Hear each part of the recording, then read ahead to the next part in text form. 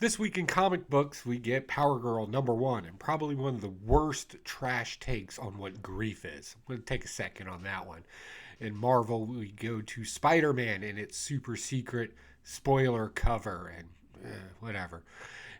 And in Independence, we got World Tree. And I finally got an issue #1, and I had to pay a pretty penny for it, but I got one now, and I can actually review that book. And I want to share it with you with a few other books this week. But first, before we jump into everything, do you know about the Comic Book Community Awards?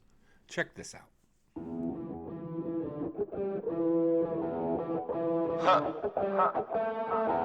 Welcome to Forever, man. Let's go.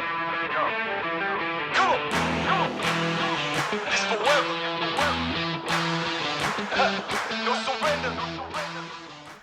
All right, you wonderful weirdos. If you want to participate in the Comic Book Community Awards, links down in the description below. But let's go ahead and jump right into this week's comic book and review, starting off with DC. And we're going to start with Power Girl. I outrightly didn't like this. It had all the aspects of a story that I don't like. So I didn't even have something else I could kind of gravitate to in the story. I'm not a fan of this particular type of art in here. And again, that's nothing on the artist by no means. That is personal. That's just personal preference for me.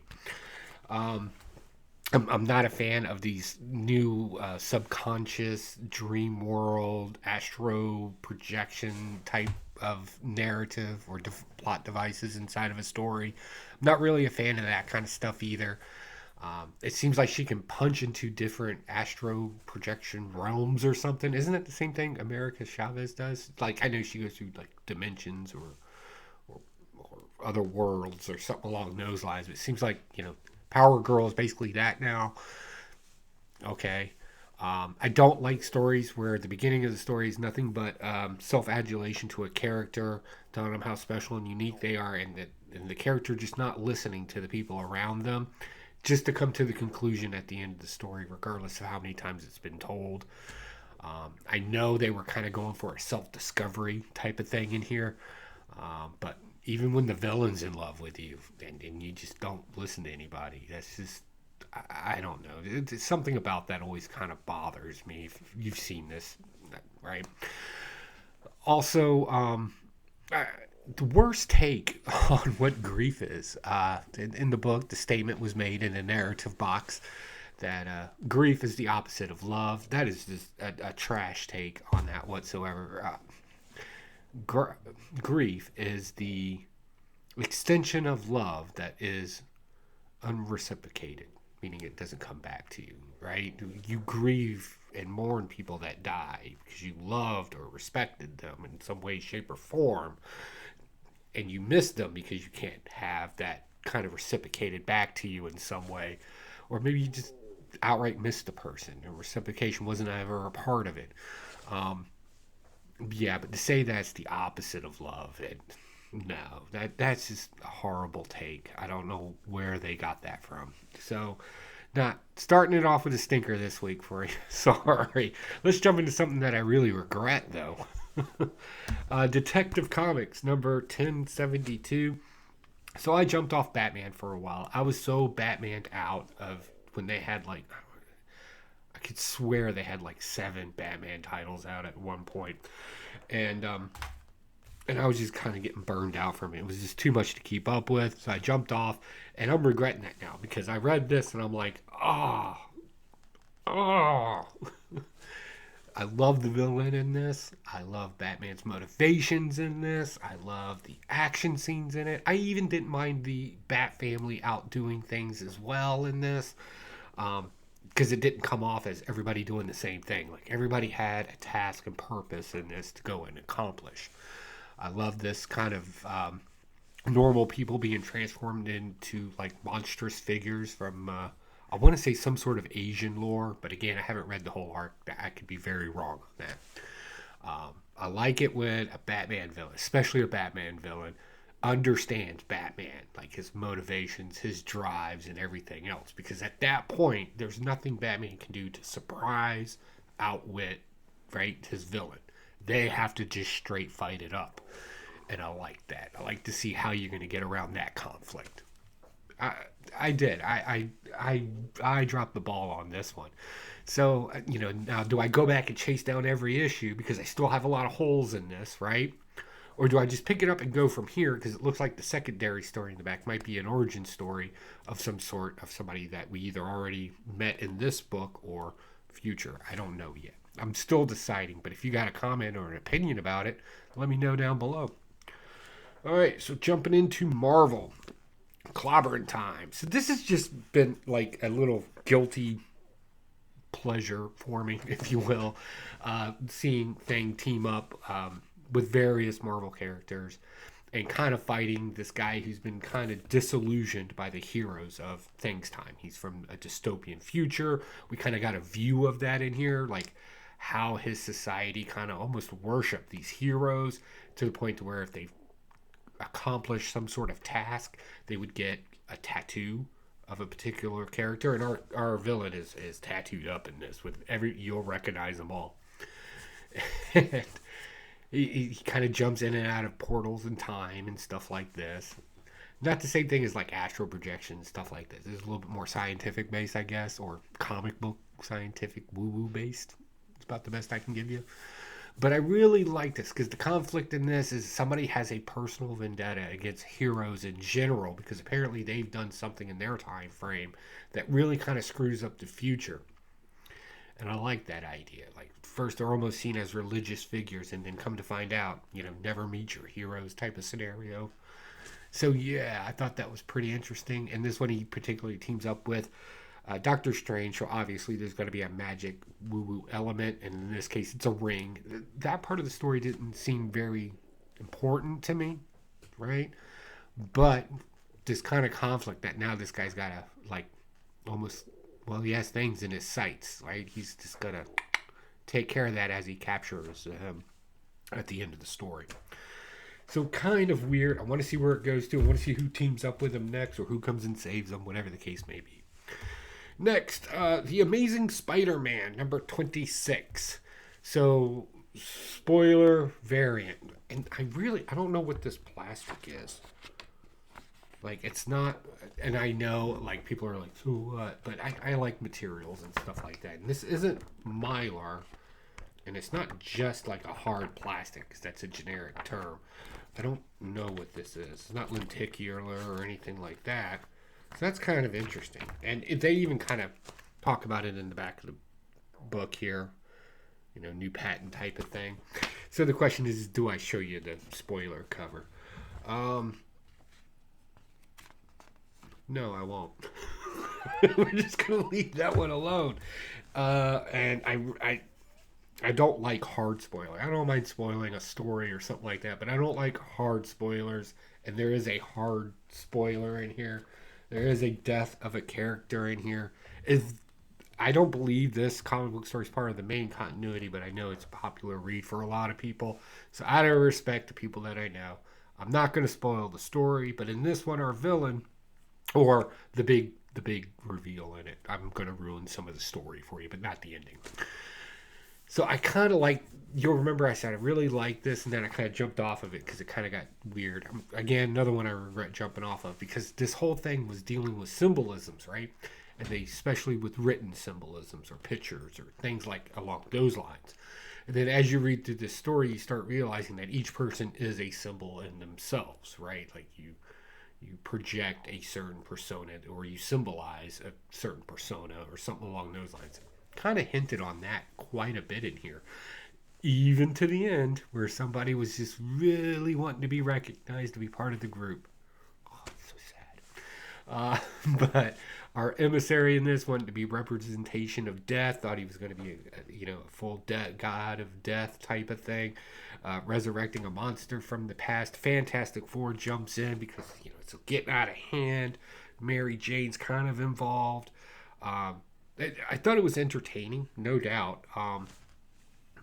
And I so want to tell you what happened at the end, but I'm not going to do it. If you ask down in the comments, I'll say it down there. You don't have to always read the replies. Fair? I think that's fair. All right, next. Silver Surfer, Ghostlight. I've been on this. I've been enjoying this whole Al Harper character kind of coming back and making him a superhero. This is issue number 4. I've been pretty steady with it. I think they're starting to get a little clunky with the story, though, meaning there's just too many elements in it that you have to kind of pay attention to. We got some kids with some possible superpowers. Of course, we have Al Harper coming back and saving the day. We got Silver Surfer in this. We got multiple the strangers, right? We got the one that's kind of helping the good guys, and then the ones that are kind of enhancing the bad guys. Plus, we're throwing another character in there, science aim director type person, to kind of help him out. And they finally meet face to face. So yeah, there's a lot going on in this book, and I feel like they're going to be dropping the ball on some of the more nuanced story parts to it. And I think most people would be interested in. I hope that's not the case. But in this one again, our major good guys, our major bad guys are about to clash. One thing I found kind of odd in here, the whole premise of the story is back when Al Harper died, right?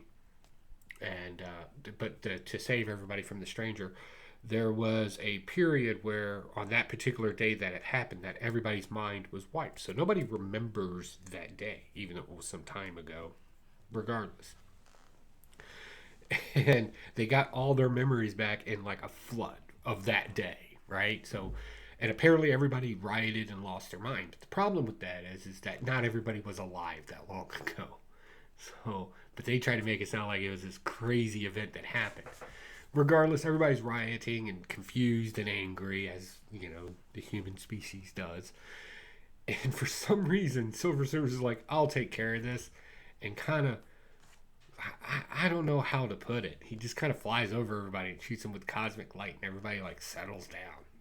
You know, just I don't know. It was weird. It was just cruising through there like that's the power of love, and everybody's like, "Oh, love, we're all happy now." It was not the highlight of the book. Not the highlight. Okay, moving on into Independence, we get Teenage Mutant Ninja Turtles #1. We got the Saturday morning adventures. This is kind of fun. It's childish, gimmicky, and it is a cash grab, but it's a good one. In this one, we open up right up with the Rat King commanding his rats around. Rats bring him a canister of super science woo-woo sniff-sniff gas. It blows into his face. He lost control of the rats, gets kind of bummed out about it, but then realizes real quick that his new superpower is he can control the Teenage Mutant Ninja Turtles. So, of course, he does what any good villain would do. Time to build up some armament. Time to build up, weapons cache, and make the turtles dress like rats, because I am the Rat King. No sense in changing my name to Turtle King. Who wants that? Gets into a little scuffle with Shredder, Bebop, and Rocksteady. Right, but nothing major. All this is going on with 3 of the turtles. Donatello is back at his den. Finds out electric shock can kind of disrupt this control thing. So, probably going to shock everybody. Seems like that's going to be the ultimate solution there. I don't know. I'm not going to be picking up too much more of this. I think I've advanced my reading skills beyond this. But, kids, teenagers, or just die-hard, those collectors of the Teenage Mutant Ninja Turtles, have at it. You would love this. It kind of just fits right there in that motif of the old cartoon, I guess. All right, next. So, yeah, everybody was talking about this book, and I missed out on it. It's World Tree, #1. And, yeah, I know, I had to shell out a few ducats. A little bit more than I care for. This is the 1 per store thank you variant by Peach Momoka for this story. But I finally got to read it. And my thoughts are, I understand why everybody's losing their minds for this book. And you'll notice, and correct me if I'm wrong down below, it's a lot of the same people that had the same type of passion for something is killing the kids. It kind of follows that vibe, only take away the mysticism, monster, oogie boogie of the whole thing, and throw sci-fi computer tech viruses, ghost viruses, undernet web thingy. Right? It kind of has that whole motif going on. And we have a woman who apparently likes to undress while she slays them bodies. And I'm not talking like Slay Queen. I'm talking like... right? Ugh.